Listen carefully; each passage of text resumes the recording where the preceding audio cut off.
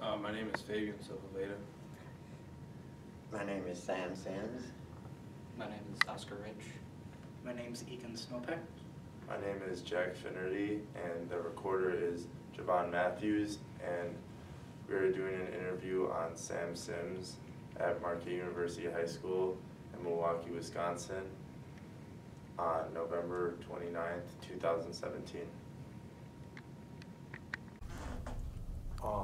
How was your childhood when you were growing up? My childhood was kind of strange because it was normal.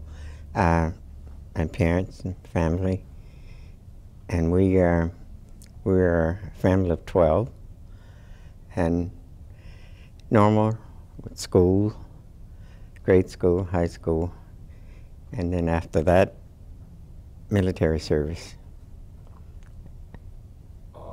Where were you born? Raised? I was born in Laurel, Mississippi. It's a few miles north of Biloxi, give you an idea, but it's around Hattiesburg. Those are Brett Favre's home. Give you a little a little geography there. What were your childhood activities growing up? Activities, when I wasn't working, it was baseball, mostly baseball and track. And that's what I really liked.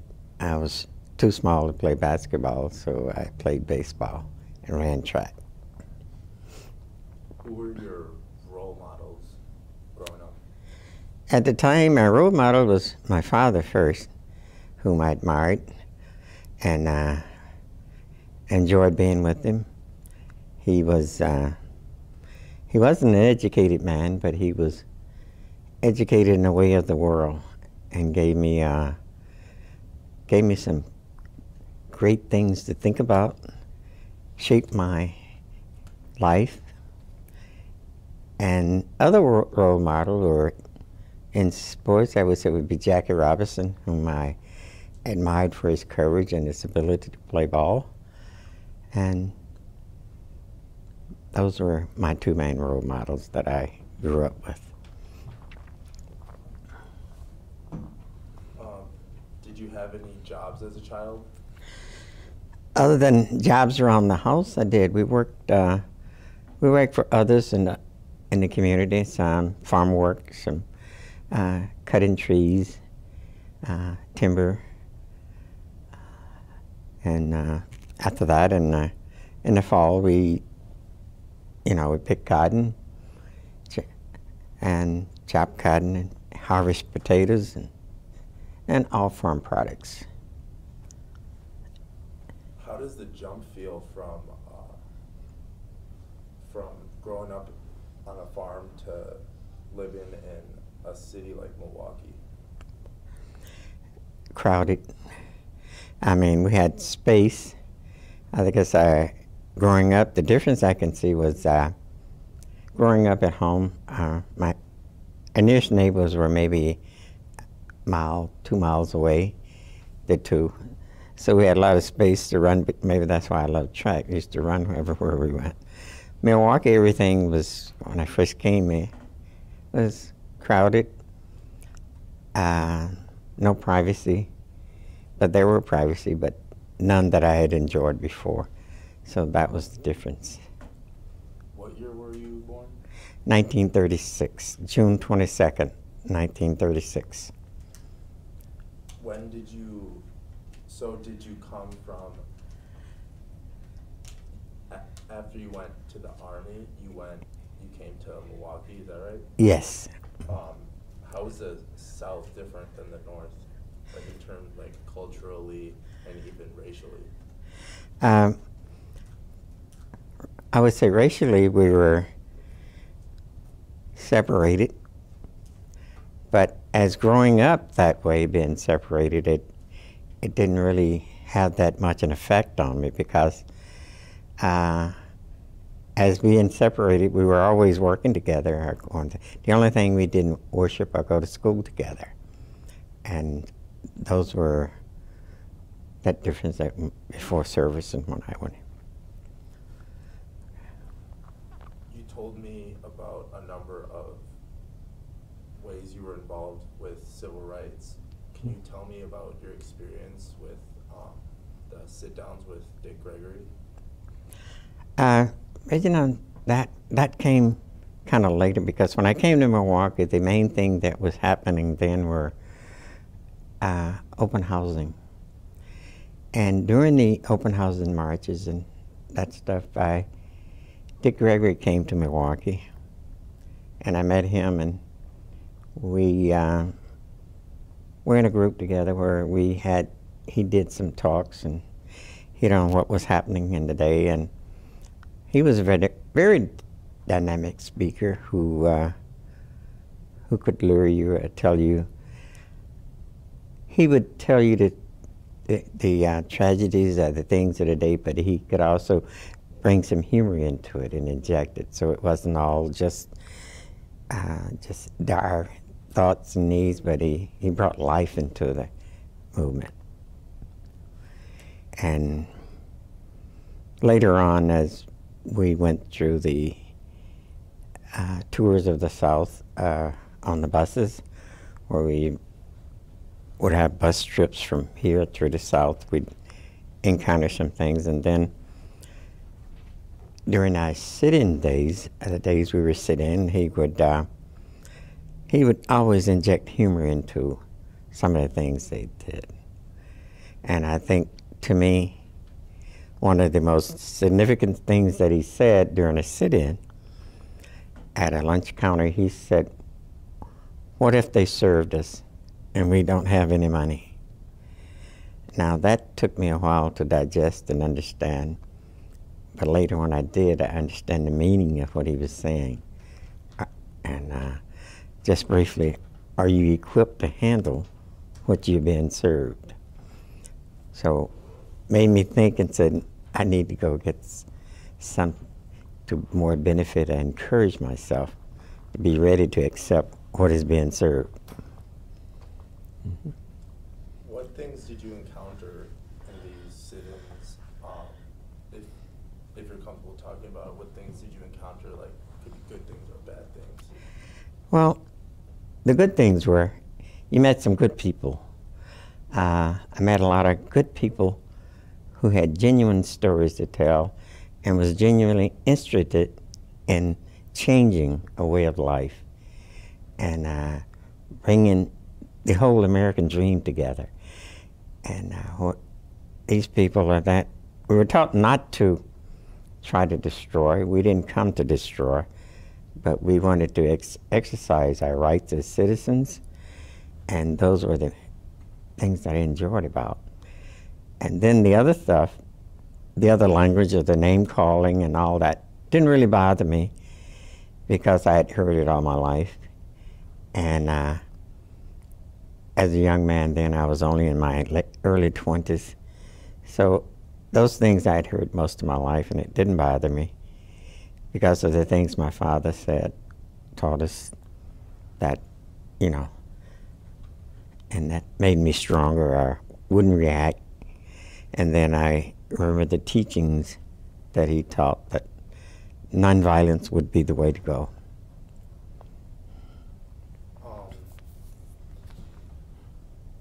So you had done some marches with Dr. King too? I did one march with Dr. King, and then we had had a march on Washington, and then I did a march with Dr. Abernathy after King's death. And the other marching I did were in the city of Milwaukee, where we marched constantly every day for a period of time during the open house marches. And that was with Father Crappie and the commandos, who were the leaders of those group and marches. Mm-hmm. How heavy did religion play a role in your life with like yourself and Father Crappie and your involvement with him? Religion played a role in my life because it started early. We was in church when I can remember that was a social gathering in my community, and that's where everything happened. And religious teaching and the things of it is one that carried me through. Because at times when I felt threatened, or when I felt alone, when I felt lost, and sometimes I were lost, I would look for a church. And most of the time I would find someone at the church that would give me some good advice, could help me with my needs, and that strengthened my faith and made me more religious and made me want to do the same thing as I grew up. You told me about African Americans and Catholicism. Mm-hmm. What are your thoughts on that? Do you think it's like it should be more encouraged in the African American communities, or what? Yes, it most certainly could be and should be. And speaking of that, you know, my first encounter here with the Catholic Church were that we was limited in the parishes that we attended, or that we were welcome at. There was, you know, and we had to get over that and try to fight through those things, and working with the archdiocese and the churches and the priests. We tried to do things that would show that we could do the same thing as the other parishes could. We could be as good, we could produce, and we could be self-sufficient. But, you know, along the way we had some hard times with that, and I don't know how candid you want me to be. That's good. What was the Knights of St. Peter Claver, and how were you involved with that? Okay. The Knights of Peter Claver, I remember in my hometown of down in Biloxi and Hattiesburg, that the Knights of Peter Claver was formed in Mobile, Alabama in 1915. And just give you a brief history of the Knights of Peter Claver. St. Peter Claver was a priest that came from Spain. And he found a way that he would meet the ships, the slave ships in South America, and he would be the first one that the slaves would see when they came off the boat, and he would service their needs as far as illness, hunger, and any other things they had. And St. Peter Claver probably baptized and more than 200,000 people at that time. And the history of that, the Claver, is that when we came to America, they had the Knights of Columbus. And in the southern states, you didn't join the Knights of Columbus. So we formed the Knights of St. Peter Claver on the same premise as to work with the priests, to work in the church, to do the things that needed to be done as outreach and ministers of the church, visiting the sick, helping the poor, and anything we could to assist the pastor.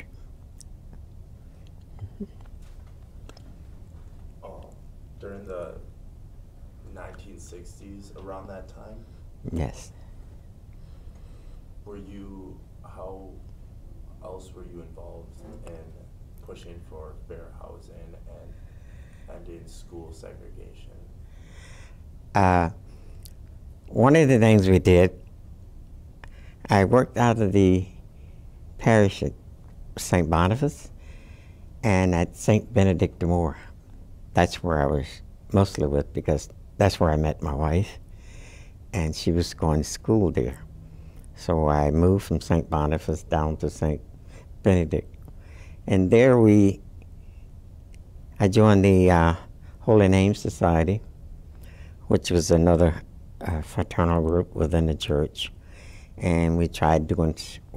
good things down there. And St. Ben's, as we call it, was a boarding school, and we had a lot of things that happened down there. We, along with other groups and other people, and we formed different committees and different organizations that we would. It's the first jail apostolate came out of St. Ben's during that time. The other were the Birthright that was formed at St. Ben's, and the first meal programs we did at St. Ben's. And then as we did that, we found that we still were missing something. We weren't still fully indoctrinated into the Catholic Church, because we still wasn't welcome at our mother church, which we called it St. John's Cathedral, St. Mark's, Jesus Church at Marquette. We could go there, but we would sit in the balcony. And so we only had St. Ben, and St. Ben, as I said, was considered a missionary school. So it was also a boarding school. And there we did have a lot of known people or celebrities come through that school. Harold Washington, who became mayor of Chicago, Red Fox, who became a comedian, Dizzy Gillespie, and quite a few others that kind of escaped now. But we had a lot of young, talented people, a lot of musicians and artists that did a lot of stuff that come through there. But coming out of my faith there with that church, we did a lot of other programs to inspire, work with the dioceses, trying to have more of an integral and integrated part within the archdiocese. And during that time, I worked with, like I said, other groups. I worked with Archbishop Cousins and Father Stevens out at the educational office and the schoolwork and superintendent. We did things about reestablishing curriculum at school. I visited a few schools to talk about, curriculum and what we should be doing to make education and equality a thing within the Catholic Church. And my belief were at the time, as Father taught me, that all of this in charity begins at home. You have to do it at your home base. Then you can spread out. Then you can do other things, and you can look back and show people what you've done at home. And he said, you can't leave your home in a state of flux or confusion and try to do it someplace else. So that was in the early 60s. And later,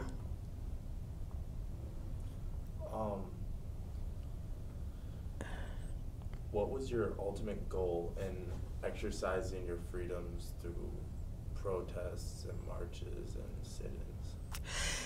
that was, that seems to be the inbred and the only way we could, that was the nonviolent way, I put it that way, to go. And that would be the best way we could express ourselves, and we could express it without harming, hurting anyone else. And we just figured that if we didn't succeed at first, we just kept going until it did. And we figured we couldn't wear out. We wouldn't wear out before the others, and other things that was broken down. The marches and stuff was just seemed to come naturally. It's something you wanted to do. It's something I felt that could help bring outside of the story into the picture. And during the time I did, and working also out of the Archdiocese office as a liaison there, I worked with Archbishop Cousins, who also felt that things had to change. So the idea was preached to keep going. Just keep marching, keep the faith, and things will change. Was there any politicians or anyone in office, particularly in Milwaukee or nationwide, who pushed for a lot of the same things that you guys were pushing for, who you guys you admired? Or Alderman Val Phillips, tremendous young lady, very petite. She was the first African American alderman, and her role at that time was open housing, and she joined the marches, and it drew a lot of inspiration and a lot of courage from her, because I used to look at her being so petite and so small that we had to protect her. So we always made sure that she was protected in her, marches with us on the, through the south side of Milwaukee and across the viaduct going east and west and south. We did that constantly. Politicians at that time were, other than Val Phillips's, Lord Barbie was a component of not only open housing, but schools. And he he was fighting for school integration. And just to tell you about the first school integration and things that happened, and it would just break it up, which was heartbreaking, that we could see that the first integrated school that they said we had in Milwaukee was not integrated. They moved a trailer on some schools on the south side or the west side or whatever, and they bust kids there intact and put them in those trailers. They never went inside the school. They came to school before the other kids arrived and were ushered into the trailers, and they left before the other schools got out of classes. So they never saw each other. And I think Harold Meyer at the time was mayor, and he triumphed the integration of schools. And we said, that's not integration. You just took someone someplace and put them in a trailer by themselves, and you brought them home. They never saw this inside of this regular school. And they had their own private bathrooms and things set up outside, and lunch that they would do right there inside those trailers. So that was something that we said we couldn't accept anyway either. So that was part of the connection with the marches of open housing, that we figured that. And we also had the belief that if open housing were available, because Milwaukee had the neighborhood concept in schools, then that would be one way of integrating the schools, by opening housing that we could move, excuse me, that we could move into other areas and buy homes, and then that would be beneficial to open housing. Excuse me.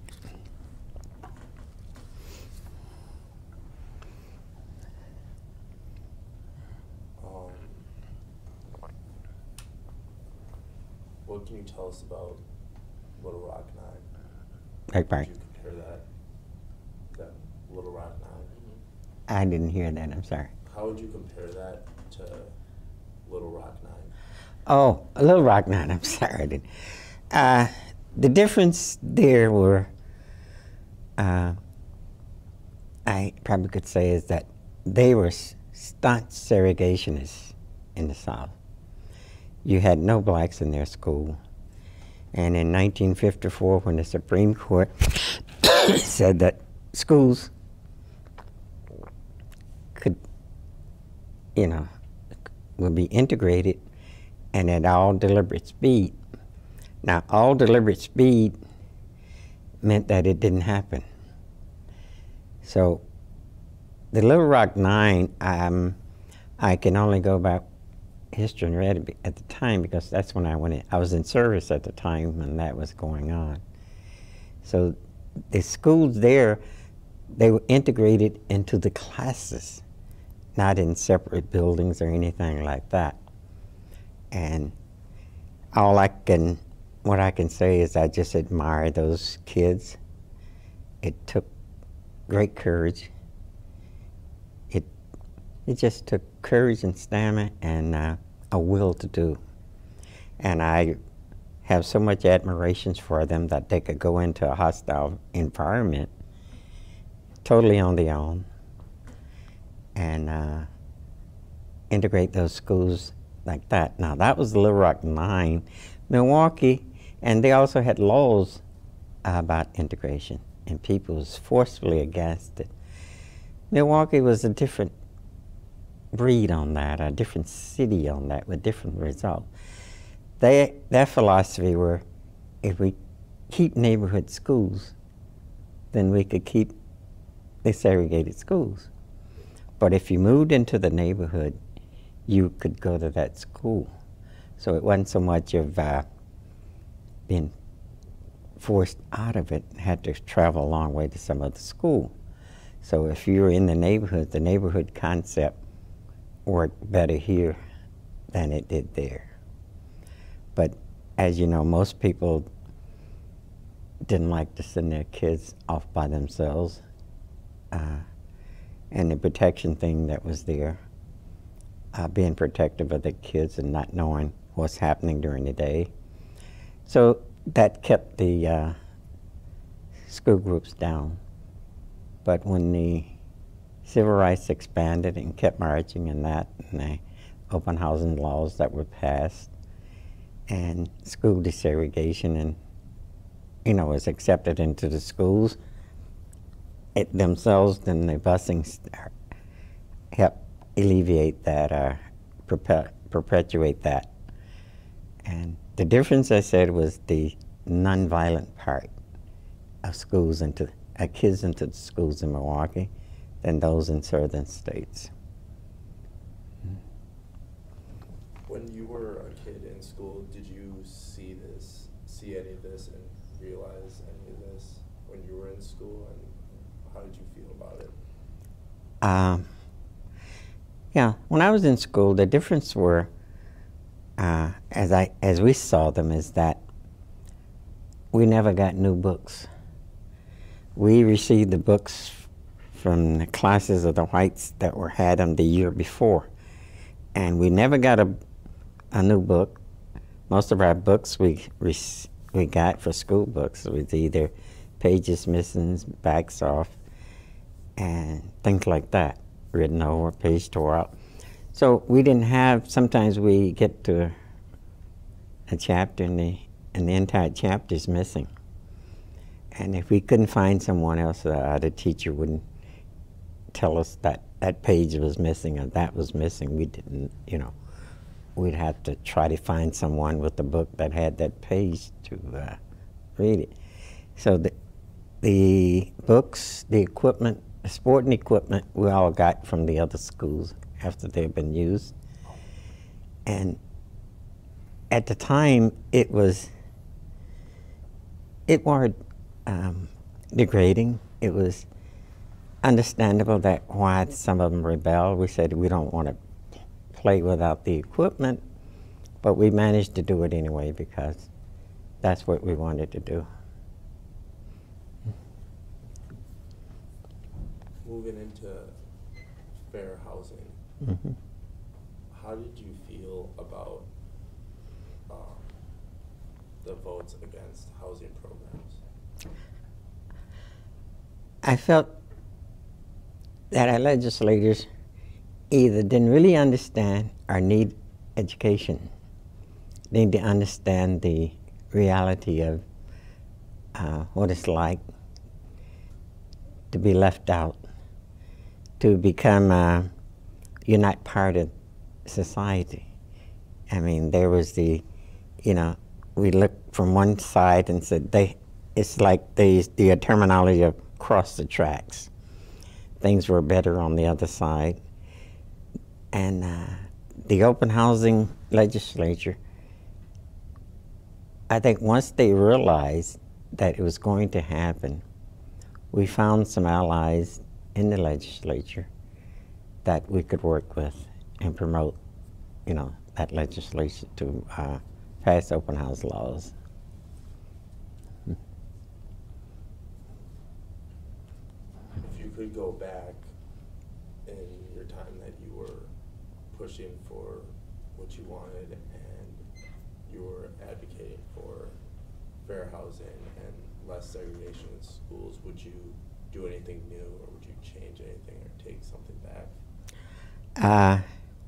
No, I wouldn't, because of the time spent, I think, because I knew that my kids would benefit from whatever gains we got, whatever, you know, opportunities that were given, that we had. And I knew it was, as my father always stated, you got to do better than me. And in order for you to do better than me, you have to have an education. So that was one of the things he stressed. And so I felt that way. And things I would change probably would be, I would probably be more vocal. I never wanted to go into politics itself, but I would push legislators harder. I would push our community harder than I did. Those are the things I probably regret I didn't do as much, or instill and show the community that we have to do this for the benefit of our young people and the community as a whole in the city. So those are the things that makes up everything. And if you had a small-minded people or small people that would like to keep things in a nutshell, then your city would never grow. And I think Milwaukee had a idea of keeping things small, keeping it under a few people's control. It's why we didn't grow with other conferences and other arts and things like Indianapolis, other cities around the week. Milwaukee failed to do it because we didn't have the facilities, because it took, I don't know, up until I think it was 1963, I'm not sure when Mecca was first built. It took that long, and by that time all the conventions and the other things that were happening, causing changes and innovation and bringing new ideas and people into the city, was going other places. And then when we did a Mecca, we built the Mecca for conventions and things, the idea of it was to have one or two people controlling it. And they built an arena, a Mecca, what they call it was called the Mecca City Arena. And it was, I don't know, it was obsolete when they built it. It was too small for conventions and too big for individual events. So it was like, it didn't fit anyone. And so we didn't have the open-mindedness of people making the city open for tourists and things like that. We kind of kept it closed. And they was afraid of, which I thought was funny, they said, we did this because we don't want red light districts. But we had more red light districts than Chicago. So I didn't see the premise of that, because it flourished here. And by not having the other things to combat that, to give people things to do, like the arts and other things like that, sports and the arts, and for anyone to be a part of that. You know, the young people growing up in the city felt very proud of their city, but they had no other outlets, so all our talents moved away from the city to enjoy other things. And so that was a thing that was hurting us for a long time. We can take a 5-minute break. Or, Okay. if you want. How did you feel about the formation of the NAACP Youth Council? I felt it was one of the most significant things to happen in our city, and especially by the group and then the youth commandos, or the commandos behind that. I thought it was very, very pertinent that we had young people taking leadership roles. And I felt that even at the height of the time that the marches were with Father Grappi and all that, Father Grappi, if you notice in any of his interviews, if you have a chance to see it live, they would ask him questions on, what are you going to do next? And he would always say, I'll discuss it with the commandos and see what they want. The other one making the decisions. I'm just here. And it made me think about what I heard a long time ago when it says, the greatest leader among you is only a servant. And if he's not a servant, he's not a leader. So you have to serve the people you lead. They got to believe in you, and then things can work smoothly, or you can get some things done.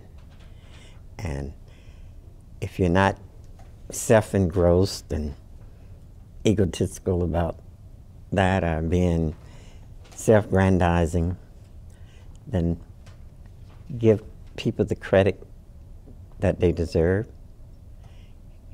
Make sure that everyone is involved. Hear all opinions. Their opinions are very important in moving on to things like that.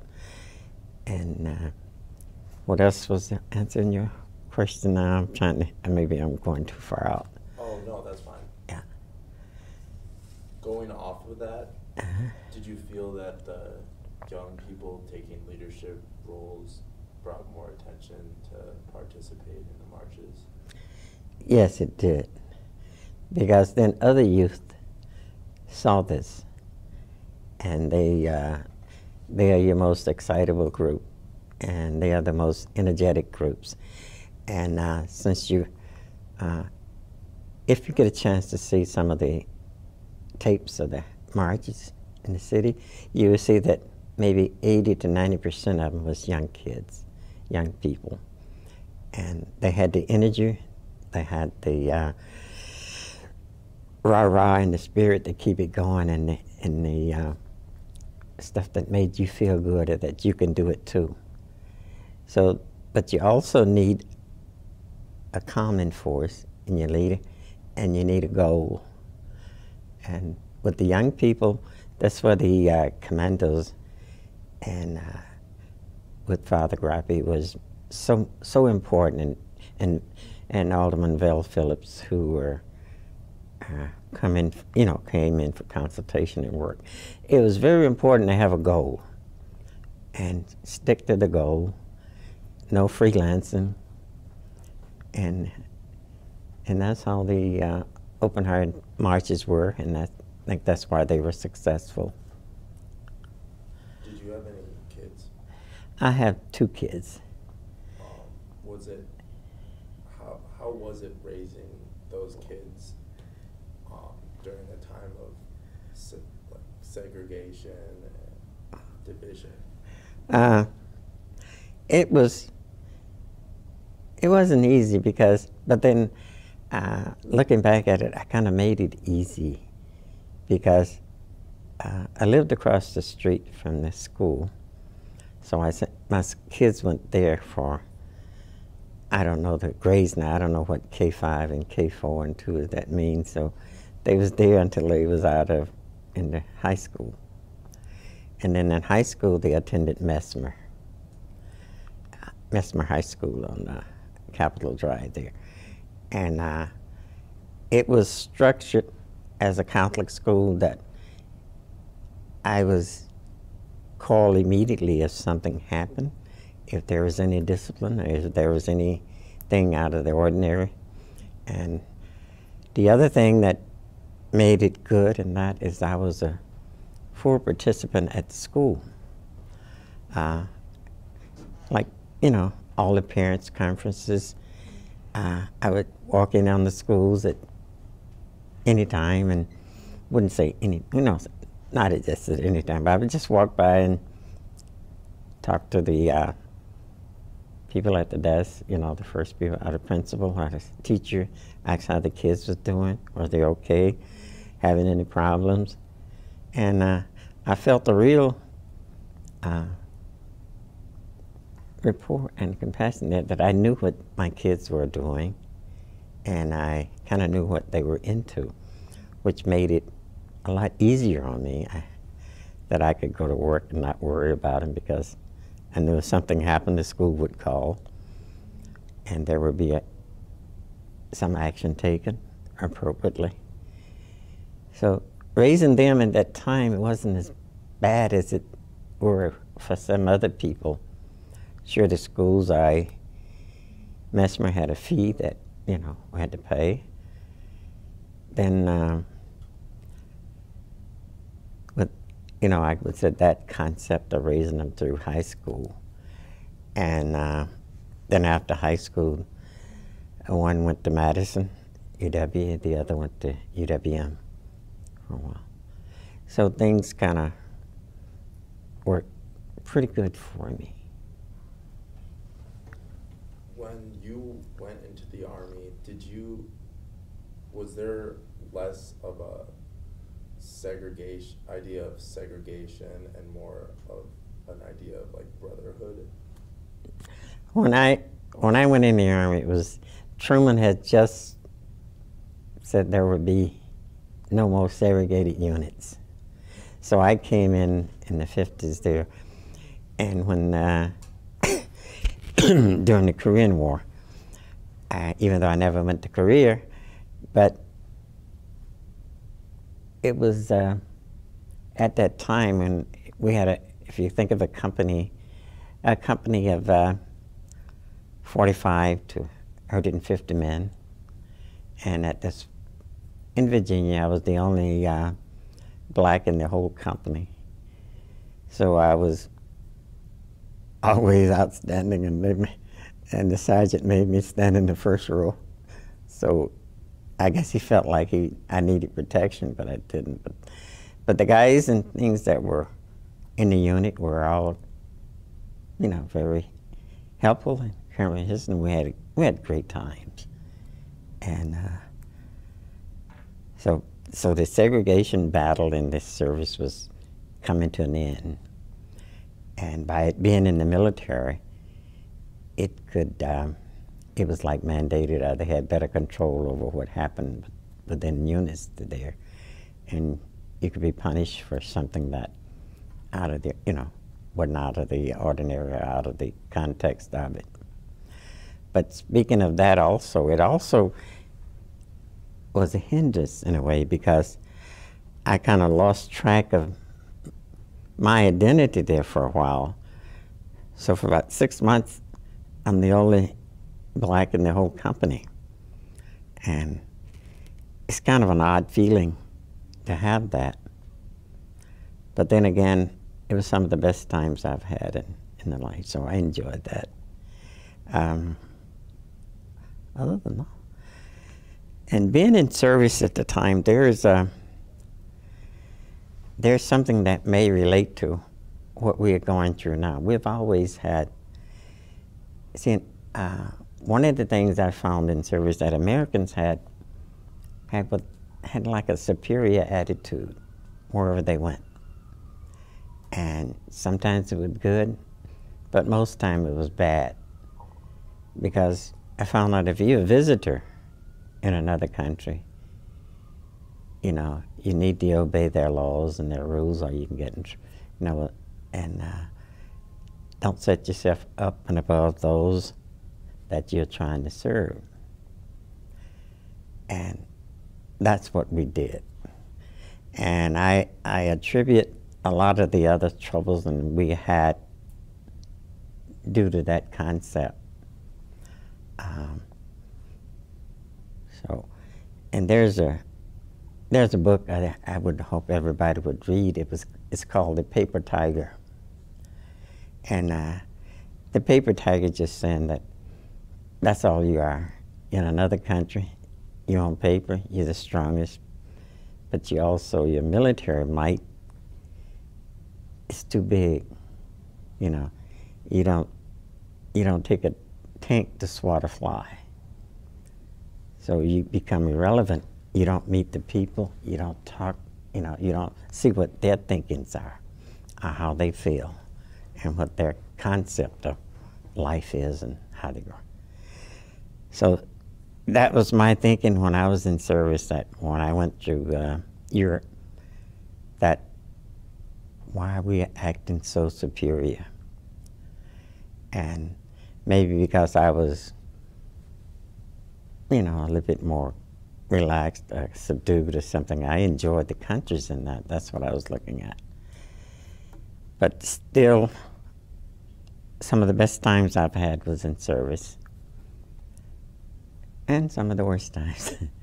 But it all pans out, though. It builds a fraternity and a relationship that never dies. Because now I can go out to the VA and everybody there is just like one soldier. You never lose that comradeship. You never lose that togetherness and pulling it. It's always there. What are your thoughts on how people say that Milwaukee is the most segregated city in America, even after an end to unfair housing and after an end to school segregation? Why do you think Milwaukee is still the most segregated city in America? Excuse me. It is because of employment. Mostly it's employment. In the beginning we had all your, I wouldn't say high profile job, but all your mostly manufacturing jobs were in the city. And then when Milwaukee began to expand, we had, back then during open housing and all that, we had what we call white flight.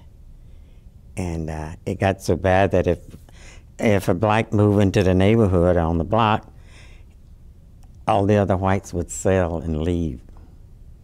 So that left that whole block, that whole section, with maybe 2 or 3 whites in it.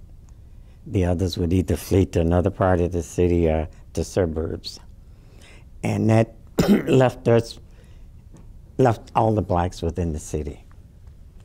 And that's one of the concepts of why it became we got that title as the most segregated city. And it was also how sparingly jobs were. That is the root of all of that. And the other thing that made us segregated was our welfare system, which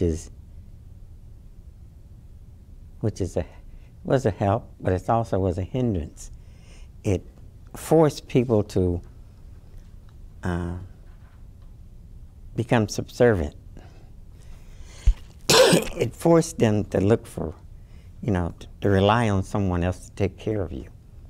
You lost your dignity, you lost your pride, And then in order to stay within that system, what they did, the husband or the boyfriend or the other spouse couldn't stay in the same house if you received any type of assistance. So that split the families up, and that left families with only one spouse or one person trying to take care of that, and they didn't have the ability to move the kids anywhere. And if you moved anywhere, I tried to, you would lose your assistance. So you stayed in the city. How did you feel about the riots of 1967 when some of the riots turned from peaceful to violent? How did you feel about that? Did you experience any of that? Yes, I did. I was living on 3rd and Center when, some of that, when the violence broke out. And I was working in Cudahy. And then across the street from it was the shots and things were fired. I don't know if you remember, the one policeman was blinded, and he left the force and became a lawyer out of this, and one man was killed. But the violence there was inedible. It was inedible because it had been building for so long. It just kept building, the tensions, the injustice, you could rack it all, from going from the police department to legislation. The other thing that kept you, they wanted to keep you in one place. That's how they did it. And some of the most harassing and degrading things is for a policeman that would stop the car that you was driving and have you to get out, put your hands on the car, and go through a physical search. And that was done as a form of intimidation. And so the violence was the boiling point, and it just boiled over. And it was really inedible that it had to happen. We were just very thankful that it didn't get as violent and destructive as some other cities. So, but we did have those same frustrations and same things that the other cities had. How did you feel about it getting so violent at one point that there was involvement of the National Guard and there was a curfew? That I felt was wrong, because at the time it wasn't that violent. It just was a few demonstrators, and the police was supposed to handle it. But I think at the time the mayor wanted to exert an opinion and wanted to stop something. Who was the mayor at the time? Henry Meyer. He wanted to show the strength he had and the things that he could stop this. But you can't stop it like that. What you do, if you bring that type of force in, it says that now you got troops involved. And when you get too many troops and police sometimes presence involved in that, you create more violence. And the aspect that what they did were a little out of the ordinary. You know, if you were even, you couldn't go to the store, or you couldn't go any place after a certain period, because you figure that we're in a lockdown city, and that's not constitutionally right. And you may also notice that some of these cities and some people, we had bad apples on both sides. I have to admit that too, that we had some people willing to, just wanted to do something. And their frustration boiled over. Some other elements came into it too, into the play. And it should have been stopped long before that, because I think everyone's seen this. And I think some of the people in high place or in authoritative people, people in authority, kind of wanted this to happen. There was a time like when the mayor left his office, when they had a sit-in at his office, and he left the office and the doors open because he knew they would probably go in and destroy it. But he wanted to show that on television how the sit-ins and all these things acted at the time. But it was just a frustration. Probably all he had to do at the time was just meet with them, talk to them, and try to solve some problems.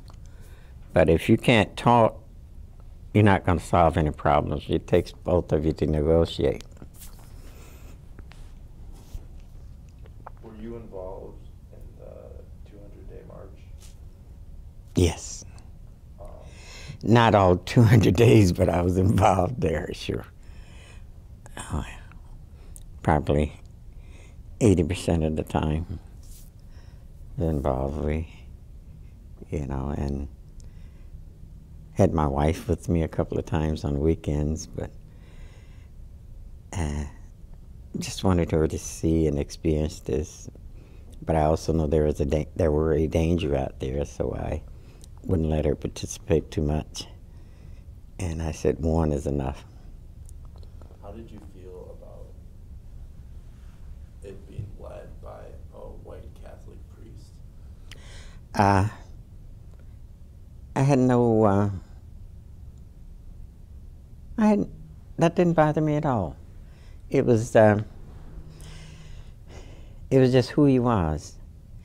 And being who he was and where he was, that's what it was. It was, he was at St. Boniface, which was right in the middle of the black community.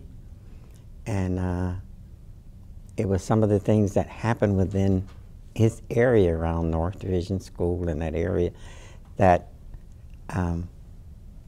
by him being there, it probably gave us some more, it gave it more stability. But I think, as I stated before, he didn't accept the role that he's doing this. As I stated, he said, we'll talk to commanders and Val Phillips and we'll work something out. And whatever they decide, that's what we'll do. But him being there as a figurehead in that and a leader in this, per se, gave some stability to it, gave some, kind of kept the violence down, because during the marches, there was no overt violence. There were some incidents in that, but it never became really violent, burning or anything like that. So I think that was helpful there. And as opposed to the 1900s, when you saw school segregation and unfair housing, where do you think racism occurs today, or segregation? Where do you think it occurs today, and when do you see it? Today I see it in the workplace mostly. I see it in businesses, and I see it in opportunities in small businesses. I see it in your loans, your acceptability for loans or others help within starting a business. I see it in running the business, and I see it in continuing to run these businesses. And see, that's mostly where I see it at now. Now, everybody has been called a racist is not a racist. And there are some that should be called a racist but weren't. So it's a matter of who and what you're doing. And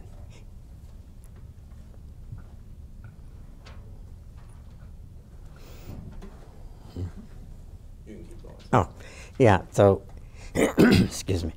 The idea there is not that he weren't the only person of leadership abilities to come within our city. like I said, we had Vel Phillips, there was Lord Barbie, there were, I'm trying to think of a name, Reverend Jackson came to the city and marched with us and talked with us about that. Dick Gregory came. And then there was a lot of ministers and other people of white people or other peoples that would come and march with us and bring us information, bring us materials, bring us some ideas on what we can do and what we is up against. So it was a collaborative effort of a lot of people. And one of the most heartbreaking ones I can think of was a lady, Viola Lisa, goes all the way to Alabama to help and is ambushed and killed driving her car back and forth, you know, chauffeuring people from one place to the other. Those things happen, and I think those are the things that really tear into you when innocent people just trying to give you a cup of water or something to help out is mistaken and, you know, won't say mistaken, but is deliberately, life is taken from them. So, then there's some things that are real, that really turns you, and like I said, the things that keep building up sometimes wasn't always in the city. Sometimes it happened someplace else. I recall a time the 3 young girls was killed at the church bombing. That caused me to go out and do some more. Try to find some ways to reach people and say, you know, where are you safe if you're not safe at church? But as you know, as we look at it, and history is starting to repeat, as we all know, history does repeat. And we look at the Texas church, that a lot of people was killed there. The other thing now is people value material things more than they do life. They do you being in an environment of comfort and stability and comfort and enjoying your life. And as everybody should have that right to come home and be peaceful and sit in your yard or sit out in your back and enjoy that evening. And now we are so much involved in materialistic things that life doesn't seem to have any meaning. We're getting too used to it. And this is where our divisiveness we've had before and it's coming to. And then you get certain groups that has a lot of power. And why, I don't understand it. We talk about the NRA, which I've owned. My father, you know, bought me a rifle when I was about 7, 8 years old. And everyone there that I knew of in the community had rifles. And we used them for hunting and all that stuff. But now that we need better gun control, it's not coming because you want to take away my gun. And I know it's not it because you don't need a submachine gun to go deer hunting or assault weapons in your home. Those aren't necessary. But what is being looked at and changed and think about that you do need them is that assault weapons have become so plentiful. Everybody has one. Now you think you need one to combat that. So this is where your mass shootings and killings comes in. And I thought one of the best chances we as Americans and as people, and you won't know how I grieved over this, how the 26 kids was shot in the school. And the first thing was said that you're not taking my gun from me. It's not taking your gun from you. It's it's making sure that people who don't need guns, I shouldn't have them, don't have them, or don't have access to them. But that's a hard sell. And you can get one or two people to shout it and other people to go along with it. So, I want you guys to, when I talk about this, I'm gonna get a little random here, is to look at what we have now. And if you want to look at some comparisons, the best way to destroy yourselves and to destroy a country from within is to destroy the news. Take away the newspaper, or control it, your news media. This idea of fake news, that's not fake news. It's you're hiding behind something. And if you look at all other dictators and that throughout the world and the countries over, the first thing they did was to take away the news media, the social media, that people were not aware of what was going on. But I think in our city here, we have a lot of work to do. There's a lot of work can be done. And I've been working with a lot of good people within different groups of organizations, you know, that I work with, the people from the Greater Milwaukee Foundation to the Catholic Charities. For instance, in Zippler Foundation, briefly beginning to get associated with the Beta Foundation because they're moved into my neighborhood. And we're hoping we can do great things together.